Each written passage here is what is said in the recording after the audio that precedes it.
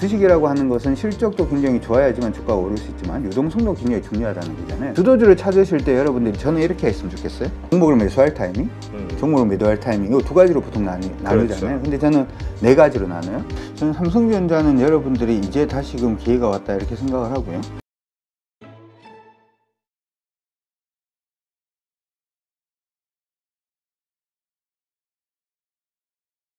오늘 모신 분은 한국경제연구소 강준혁 대표님입니다. 안녕하세요. 네, 안녕하십니까? 네.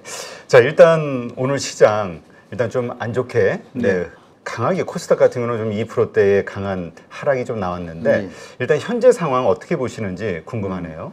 사실 이제 시장이 어차피 코스닥 같은 경우에는 최근에 패턴으로 좀 움직이고 있었던 중이고 오늘의 흐름 자체는 그 부분이 그냥 유지가 되는 그 정도의 수순이 아닌가 이렇게 생각이 듭니다. 단지 우리 많은 이제 우리 구독가족 분들이라고 그래야 되나요? 네, 구독가족 분들께서 아마 오늘 시장 보면서는 조금 놀라신 분들도 계실 것 같은데 일부 반도체 관련된 종목이라든지 하는 종목이 예상으로 좀 큰 폭의 조정을 받다 보니까 어떻게 보면은 시장 전체적인 등락보다는 종목의 하락 때문에 조금 가슴이 아픈 그런 하루가 아니었나 이렇게 생각은 일단 하고 있고요. 하지만 여전히 올해 들어서 시장의 방향성 자체가 위쪽이다라는 점, 그리고 이제 코스닥은 패턴이라고 말씀해 드렸는데 지금 패턴 나오는 부분은 지속형 패턴이라고 제가 보고 있기 때문에 조정을 받더라도 충분히 이제 회복하시고 좋은 기회가 또 올 거라고 저는 생각을 하고 있습니다. 그렇다면 올해 많은 분들이 보시는 것처럼 이제 강세장 가운데서 그냥 조정 구간 이 정도로 보시는 건가요? 지금 저희가 지금 여러 날째 지금 하락을 하고는 있잖아요. 네, 지금 보시고 있는 게 이제 코스닥 화면을 지금 보고 계시는데 우리 지금 시장 움직임을 보면은 이전에 이제 강세로 가고 있다라는 부분은 이 부분을 일단 언급을 해드린 거고요. 지속형 패턴을 만들고 있다라는 부분은 고점 그냥 간단하게 한번 연결해보고 저점 부분을 그냥 간단하게 연결해보면 지금 수렴으로 가고 있는 그런 상태고 오늘 지금 최근 들어서 빠지고 있는 부분도 이 수렴 안에서 지금 밀리고 있는 부분이기 때문에 저는 크게 무리 없다 이렇게 생각을 하고 있는 겁니다. 그러면 말씀하시는 저 수렴이 끝나게 되면은 다시 우상향으로 간다라고 우리가 기대할 수 있는 이유가 뭘까요? 일단은 기술적으로는 보통 이러한 패턴 자체가 지속형 패턴이라고 그러잖아요. 지속형이라고 하는 것은 이전의 추세가 지속된다는 뜻이기 때문에 원래 기술 분석으로는 충분히 그러한 부분이 가능해 보이고요.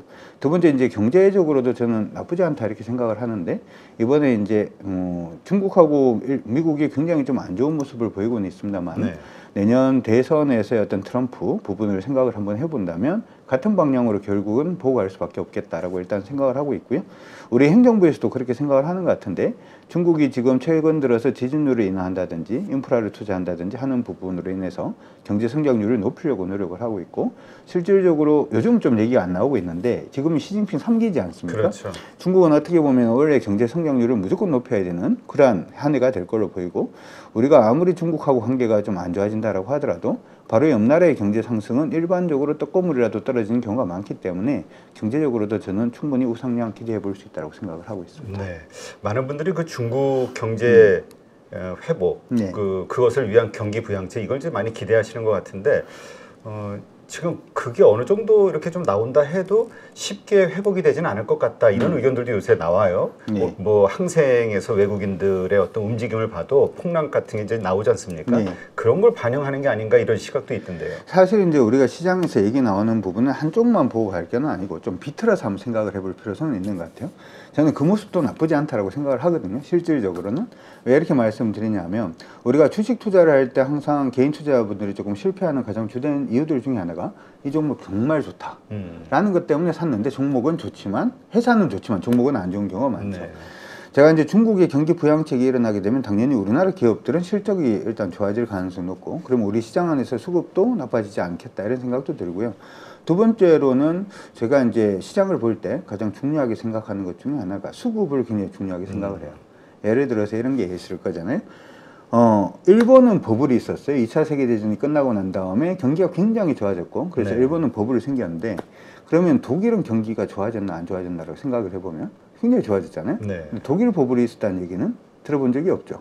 왜냐하면 독일의 경우에는 1차 세계대전이 끝나고 난 다음에 슈퍼 인플레이션, 하이퍼 인플레이션을 이제 당하고 난 다음에 유동성 자체를 크게 안 늘리다 보니까 일본처럼 버블이 안 생겼다 뿐이지 경제 성장을 엄청 많이 했다는 얘기죠.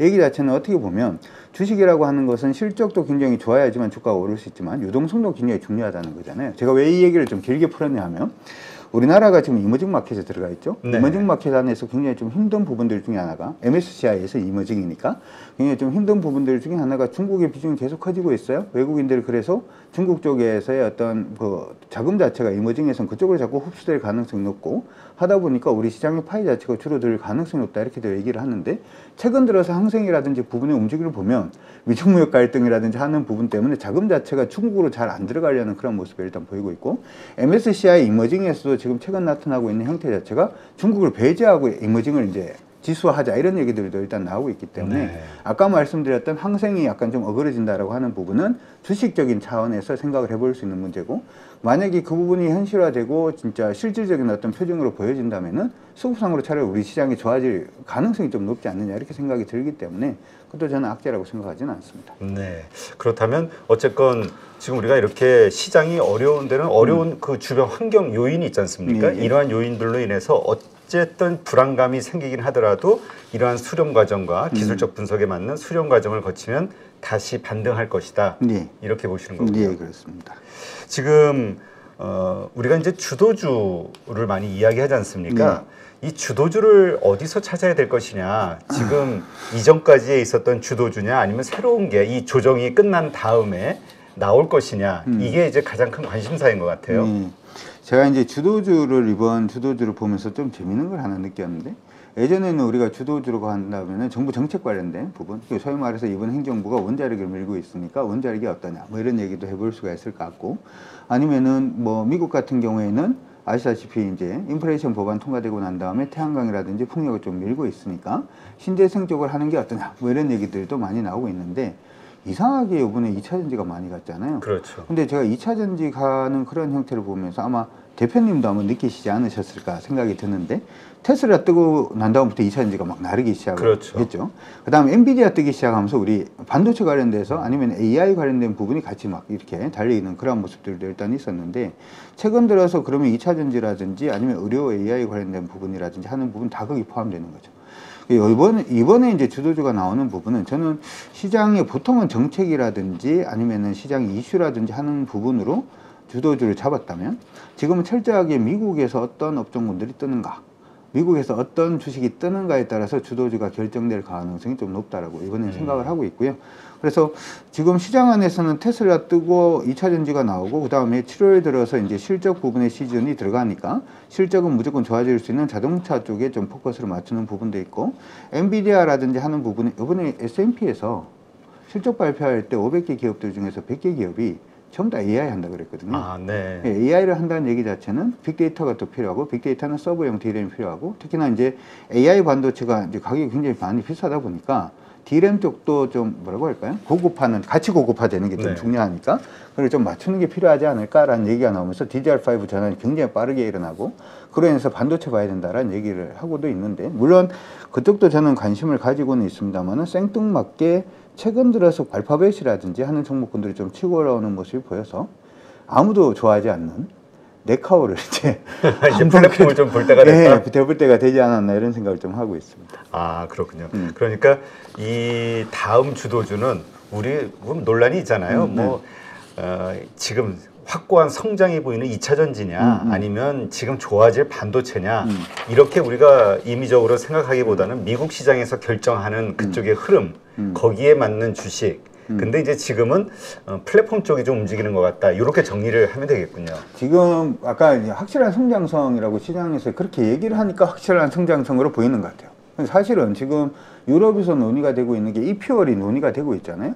그러니까 이퓨얼은 아시다시피 이제 물을 이제 2차 그 전기 분해해서 수소를 만든 다음에 이 수소 만든 거하고 공기 중에 이산탄소 포집을 하니까 포집을 했는 이산탄소하고 화학적 반응을 일으켜가지고 소위 말해서 그 만들어진 화학적인 어떤 석유를 만들어 보겠다라고 하는 거기 때문에 그게 이제 독일에서 얘기가 나오고 있고 그러면 이 석유는 독일이 이제 엔진을 포기하지 않고 내연기관 자동차에 그 이퓨얼을 그냥 넣어서 자동차가 달릴 수 있는 거니까 달려서 이산탄소가 발생을 한다라고 하더라도 초기에 이미 이산탄소를 포집을 했으니까 청정으로 넣어달라.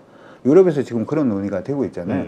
그러면 이 부분이 이제 상용화되기 시작하면 사실은 히트로도 필요 없고 이산전지도 필요 없고 전기차가 굉장히 좀 비싸잖아요. 비싼 전기차도 필요 없고 그냥 지금 있는 기술로 그냥 이산탄소 포집해서 할 수 있는 부분이기 때문에 이게 성장성이 확실하다라고 얘기를 하는 거는 그쪽만 바라보다 보니까 2차전지가 성장성이 이제 확실한 것처럼 보이지.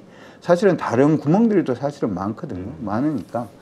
2차전지는 저도 좀 고민인 게, 요즘 뭐 에코프로 가는 걸 보면 그냥 그쪽으로 계속 가는 게 낫지 않나? 새로운 걸 굳이 발굴해야 할 필요성이 있을까? 그런 생각도. 일단 쏠림 현상은 강하죠. 한번 쏠리면은 이게 이제 무너지기 전까지는 예전에 이제 남의 회사라든지 하는 부분도 역시 마찬가지로 그런 게 있어서 일단 저는 그쪽으로 계속 따라가는 각오는 있는 상태인데 새로운 주도주는 사실은 자동차도 좀 많이 떴고 자동차는 지금 이미 대부분 다 많이 떴는데 아직 경량화 쪽은 아직 덜 떴어요. 그러니까 LX 하우시스가 됐던 명신산업 같은 경량화 부분은 아직 덜 떴기 때문에 그쪽은 일단 관심. 그러니까 그쪽은 이제 세부적으로 이제 나누어서 이제 접근을 하는 그런 부분이 하나가 있고 아니면 아예 지금 미국에서 지금 플랫폼 관련된 기업들이 좀 뜨고 있으니까 시장에서 굉장히 소외된 플랫폼을 보는 게 어떨까 이런 생각도 좀 하고 있는 상태입니다. 예. 네, 알겠습니다. 그러니까 고민이 많으시네요. 예, 그러니까 지금 시장에 많습니다. 대해서는. 예, 예. 그러니까 그 얘기는 뭔가 확실하게 방향성이 안 보인다라는 이야기인 그렇죠. 것 같기도 하고요. 다른 사람들이 이미 다 알고 있는 주도주는 더 이상 주도주로 의미가 없다 이렇게 생각을 하니까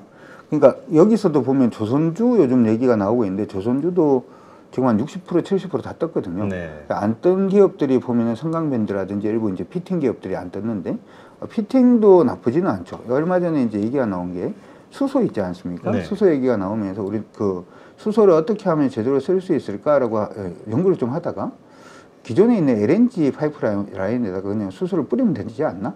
그러면 따로 뭐 이렇게 설비를 할 필요가 없으니까. 그래서 한국에너지연구원이었나요? 거기서 이제 한번 연구를 해봤는데 결과가 나온 게 재밌는 게 일반 관에서는 수소하고 LNG를 혼입해서 넣었을 때 밀도가 다르니까 혼입해서 분리를 할 수 있잖아요. 혼입해서 넣었을 때 수소가 새지 않더라. 어디에선 새더라? 피팅에 넣는 부분은 새더라. 그래서 이걸 혼입을 하기 시작을 하면 피팅을 다 바꿔야 된다. 피팅을 다 바꾸면 당연히 성강밴드가 됐든 태광이 됐든 이런 기업들은 또 수혜도 될 거고 LNG 같은 경우에는 터미널 부분이 지금 미국에서 하반기에 터미널 지금 시작을 하는 부분도 있고 LNG 선박이라든지 하는 부분도 원래 카타르 포함해서 한 130척 정도 되는 걸로 제가 140척 정도 되는 걸로 기억을 하는데 그렇게 보면 조선주뿐만 아니라 피팅을 봐도 좋을 것 같은데 굉장히 머리가 많이 복잡하죠. 저는 지금 사실은 어떤 식의 스타일이냐면 제 머릿속에는 모든 시나리오에 될 만한 종목군들은 관심 종목을 다 집어넣고 낚시하듯이 여기서 추세 타는 종목들만 우선 선발적으로 먼저 이제 공략해 들어가는 부분이기 때문에 주도주를 찾으실 때 여러분들이 저는 이렇게 했으면 좋겠어요. 이쪽이 무조건 주도주가 된다. 몰빵하자. 는 굉장히 위험하다고 생각을 하고요. 네. 주도주가 될 수 있는 부분을 쫙 섹터를 늘려놔놓고 그 다음에 먼저 튀는 애들부터 먼저 공략을 시작하고 그 다음 3, 4% 오르고 꺼지는 애들은 다 이제 잘라내다 보면은 바닥에서 잡혀있는 종목들 중에서 일부는 주도주로 그냥 넘어가는 거잖아요. 예전에 제가 2차전지 할 때도 그렇고 반도체 부분에 일부 장비주라든지 하는 부분을 할 때도 그런 식으로 지금 진행을 하는데 요번에도 여러분들이 만약에 주도주를 잡겠다라고 생각을 하시면 딱 얘다. 이렇게 생각해서 잡는 건 저는 확률이 좀 떨어진다라고 생각을 하고요. 펼치세요. 펼치시고 난 다음에 다시금 집중하는 게 좀 더 도움이 되지 않을까 싶습니다. 그러니까 그 가운데 우리가 보통 추세, 추종 전략을 할 때는 여러 개 가운데서 튀어나가는 추세가 좋은 가장 강한 것에 다른 것들을 팔아서 여기다 얹어가는 불타기 전략을 한다고 보통 하잖아요. 그러한 식으로 간다. 네, 그런 식도 나쁘지 않다고 생각합니다. 아, 네. 근데 만약에 그 이제까지 그렇게 강했던 2차 전지가 계속해서 앞으로도 그런 모습을 보인다면 그냥 그것도 인정하고 2차 전지로 간다 이렇게 생각하시는 건가요? 사실은 이제 지금 2차 전지를 신규로 접근을 하는 건 약간 좀 물음표가 하나가 쳐질 겁니다만은 기존에 이제 주도주를 처음 잡으신 분들은 아마 3월달, 2월달, 3월달 정도에 아마 잡으셨을 거예요. 이런 종목군들은 흐름이 안 깨지면 추세 추종 전략은 안 팔죠. 지금 어차피 올라가고 있고 안 깨지고 있으니까 그것들은 그냥 가는 식의 종목이 되는 거다 이렇게 생각을 하시면 될 것 같은데 저는 우리가 보통 주식에 접근을 할 때 종목을 매수할 타이밍, 종목을 매도할 타이밍 이 두 가지로 보통 나누잖아요. 그렇죠. 근데 저는 네 가지로 나눠요. 종목이 정말 좋은데 이건 회사가 정말 좋아서 미칠 것 같은데 가슴이 막 볼 때마다 뛰는데도 종목 사면 안 되고 이제 타이밍을 노려야 되는 그런 시기가 하나가 있고 근데 종목을 사지도 않고 아무것도 안 하고 있지만 가슴만 뛰고 있는 거죠. 타이밍을 보면서. 두 번째 종목을 샀어요. 종목을 샀는데 종목 사고 난 다음에 팔지 못하는 시기. 그러니까 계속 들고 가야 되는 거죠. 근데 저는 이 중간에서 뭘 한번 하냐 하면 안전마진이라는 개념으로 종목을 한번 팔아요. 그러니까 종목을 한번 팔고 난 다음에 그 다음은 흐름이 안 깨지면 끝까지 그냥 끌고 가는. 마지막에는 뭐가 있냐면 종목의 흐름이 조금 쉬어가는 듯한 모습이 보인다라고 하더라도 종목을 팔지 못하는, 왜냐하면 흐름이 안 깨졌으니까. 네. 지금은 에코프로라든지 일부 종목군들은 그 영역에 들어가 있기 때문에 주도주가 돼서 계속 가지면 저희는 일단 감사하긴 한데 신규로 접근은 지금 좀 애매하지 않나. 가진 분들의 영역이나. 예. 네, 알겠습니다. 지금 삼성전자가 네. 지금 52주 신고가 네. 기록하면서 뭐라고 할까요? 이제 반도체주에 대한 이 기대감들이 이제 생기기 시작했는데 그럼에도 불구하고 과연 이렇게 오를 만한 이유가 있을까에 대한 고민. 그 다음에 그럼에도 외국인들이 이렇게 사는 데는 분명히 뭔가 이유가 있지 않겠냐라는 또 기대감. 이게 막 시장에서 부딪히는 것 같아요. 네. 저는 삼성전자는 여러분들이 이제 다시금 기회가 왔다 이렇게 생각을 하고요. 이번엔 9만 전자 이상에서 안 팔 거면은 안 사는 게 좋겠다. 아, 9만 전자 이상 끌고 갈 각오를 네, 끌고 해야 갈 된다. 각오로 여러분들 하시면 좋겠다라고 생각을 합니다. 앞서서 얘기를 하는 게 지금 S&P라든지 대부분 회사들에서 AI를 하겠다라고 얘기를 했단 말이죠. 네. 근데 다 알다시피 AI 반도체는 우리나라에는 없어 이렇게 생각하시는 분들이 굉장히 많으실 거고 맞습니다. 그렇죠? 엔비디아가 전체 시장의 한 90% 정도를 차지를 하고 있으니까. 근데 AI라고 하는 부분은 예전에 우리가 개념을 한번 생각을 해보면 AI를 하려고 그러면 뭐가 필요하냐면 빅데이터가 필요할 수밖에 없고 그렇죠. 빅데이터는 어디에서 들어오냐면 서버에서 들어올 수밖에 없기 때문에 AI가 큰다는 얘기는 서버도 커진다는 얘기밖에 안 되거든요. 그러면 삼성전자가 이제 서버 부분에서 대부분 회사들이 AI를 한다라고 했기 때문에 삼성전자도 이제는 실제 굉장히 좀 좋아질 수 있는 그러한 시기 자체에 일단 들어왔다라는 부분도 이제 생각을 해볼 수 있을 것 같고요. 얼마 전에 바이든 행정부에서 그런 얘기 했던 것 같아요. 5G 본격적으로 하겠다 뭐 이런 얘기를 했는데 5G 얘기를 하면은 구독자 수가 떨어질 수도 있습니다만 그렇죠. 우리 쉽게 생각을 해보면 이럴 것 같아요. 요새는 네. AI주에 대해서 이야기해도 네. 이제 식상해가지고 네. 별로 사람들이 관심을 안 가져요. 아, 그래요? 보통 식상할 때가 이제 밥을 맛있게 먹을 수 있는 시기도 되는데 우리 한번 생각을 해볼게. 미국에서 원래는 5G라는 게 미국뿐만 아니고 전 세계에서 다 하려고 하다가 2019년도에 주파수 경매하기 전에 코로나 터지는 바람에 쑥 이제 들어갔다가 5G를 못하고 있다가 이제 다시 한다라고 해가지고 기대감을 가지고 우리 5G 관련된 종목 하신 분들 지금 막 땅을 치시고 이걸 내가 왜 했나 뭐 이렇게 그렇죠. 생각을 하시는 분들도 많으실 건데 저는 그 얘기를 해드리려고 하는 게 아니고 5G 부분에 완전 예전에 이제 4G까지는 이제 그 굉장한 경쟁 상대가 바로 화웨이였지 않습니까? 근데 화웨이는 지금 어디 갔죠? 중국 갔잖아요. 글로벌로 지금 못 나오니까. 그러면은 글로벌로 봤을 때 5G 부분의 통신 칩이라든지 하는 부분에서 화웨이가 떴으니까 화웨이가 이제 공중에 붕 떠 있는 상태니까 다른 플레이어들이 들어갈 수밖에 없는 부분이 있을 거고 삼성전자가 또 거기 안에 또 들어갈 수 있는 부분에 룸 자체도 만들었기 때문에 원래는 삼성전자가 5G 쪽에서도 저는 그냥 아까 얘기는 반도체도 일단 좋고 5G에서도 일단 나쁘지 않겠다 이렇게 생각이 들고요. 두 번째 삼성전자가 스마트폰에서도 좀 많이 밀리죠. 아예 중국에서는 명함도 못 내밀고 뭐 이러고 있으니까. 근데 원래 같은 경우에는 코로나가 끝나고 난 다음에 기대하고 있는 것들 중에 하나가 대표님은 스마트폰 어떤 거 쓰세요? 저는 저희 갤럭시 삼성이요. 아, 삼성 이게 뚜껑 열리는 건가요? 아니요, 폴더블 아니고 그냥 일반적인 평범한 그렇죠. 네. 갤럭시 노트. 평범이라고 붙으니까 제가 이제 드리고 싶은 말씀이 우리 젊은 친구들은 스마트폰이 꼭 우리 자동차하고 비슷한 느낌? 여성분들 가방하고 비슷한 느낌? 뭐 이런 거하고 비슷하대요. 쇼핑 패턴 자체가. 네.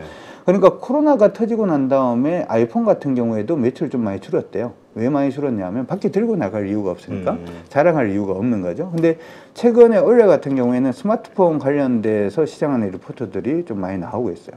아이폰 같은 경우에도 이번 아이폰은 2년 전, 3년 전에 아이폰의 어떤 대세 자체를 그만큼을 일단 팔 거다 이런 얘기도 지금 나오고 있고 실질적으로 삼성전자라든지 일부 기업들의 폴더폰이라든지 하는 부분도 원래 굉장히 많이 팔릴 수 있다라고 얘기를 하고 있기 때문에 그렇게 생각하면 삼성전자가 기본 서버도 일단 나쁘지 않을 것 같고 통신 장비도 일단 나쁘지 않을 것 같고 스마트폰 시장도 지금 아이폰에 대한 기대감을 같이 눌러서 생각을 해본다면 이쪽도 나쁘지 않다라고 생각을 하면 원래 같은 경우에는 삼성전자가 9만 전자를 가야 되는 그런 시기가 아닌가 이렇게 생각을 하고 있습니다. 네, 알겠습니다. 하긴 그 10만 전자 간다 이러면서 우리가 2년 전에 많은 분들이 꼭지에서 물린 분들. 그래서 제가 9만 전자까지만.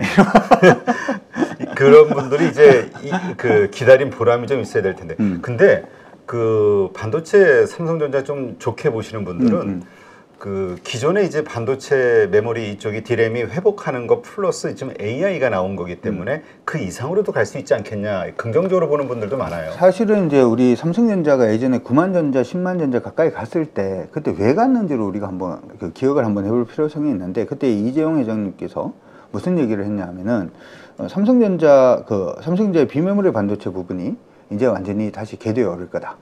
이제 드디어 다시 시작을 하고 있다. 그래서 팹리스부터 시작을 해서 파운드리까지, 특히 이제 파운드리 부분은 전 세계를 석권할 수 있는 뭐 그런 부분을 만들어 가겠다. 이렇게 하면서 이제 10만 전자 얘기가 나왔는데 뚜껑을 열어놓고 2021년도에 보니까 아무도 공장을 만들었는데 아무도 주문을 안 해서 그래 주가가 이제 많이 흘렀잖아요. 근데 최근에는 이제 AI 부분의 시대가 도래를 하기 시작하면 어떻게 됐든지 간에 이게 TSMC 혼자서 할 수 있는 캐파는 아니라고 전부 다 생각을 하는 벌써 거예요. 엔비디아가 뭐 물량을 나눠주는 협의를 했다는 뉴스들이 좀 나오고 있죠. 그러니까 이게 지금 혼자 할 수 있는 캐파가 아니기 때문에 삼성전자가 이제 쉬어가는 공장이 점차적으로 채워질 가능성이 높다 이런 얘기를 하는 거고 실질적으로 메모리 반도체는 사이클을 많이 탑니다만은 이쪽은 한번 수주를 받기 시작하면 그쪽에서 수주 물량이 계속해서 들어오는 그러한 장점도 있기 때문에 실적 업그레이드가 한 번 더 일어날 거다라는 기대감도 일단 가지고 있는데 제가 이 얘기를 왜 안 했냐 하면 이거 얘기하면 10만 전자 이상 간다 이렇게 돼야 되거든요. 근데 일단 9만 전자까지만